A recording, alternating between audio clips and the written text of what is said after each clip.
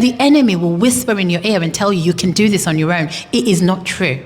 It is not true. We're made in the image of God. We're made to exist relationally, and that is how he made it. That's how God intended it from the very beginning. And at the very center of this reality is not because God is like this hyper-sovereign superpower, but actually that God really wants you to experience relationship. God is love, first and foremost.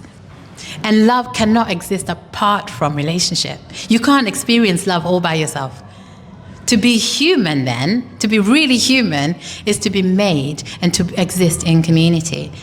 And to follow Jesus is to be drawn into the relational nature of life, just like he intended. So it's not surprising that when Jesus begins his ministry, he chooses disciples to walk with him.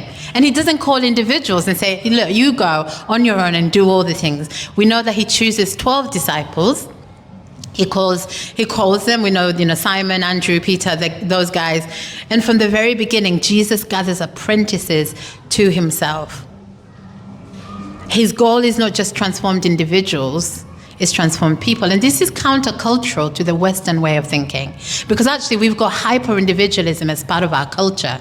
We are told that you don't really need people, that you can do things on your own. The gospel comes and cuts at the center of that.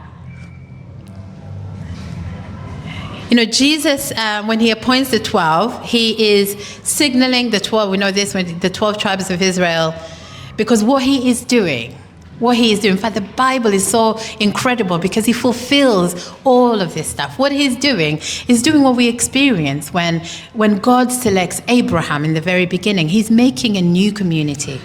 God is always looking to create community. And what he's doing with the disciples is that he's selecting them as a new humanity, not defined by ethnicity or background, but by their allegiance to Jesus. And this new community is not based on bloodlines. It's not based on DNA. In fact, we see this, don't we, when Jesus is in the feast and they say to him, your brother and your mother are outside. And he points to the crowd and he says, no. Here are my mother, my brother, my sister, those who do my will. This is my family. And Jesus redefines family. His community functions like a family. And regardless of what your family has been, Jesus gives you the chance to belong to a brand new family. This is a family that is not formed through DNA. It's a family that is formed through discipleship and obedience to Jesus.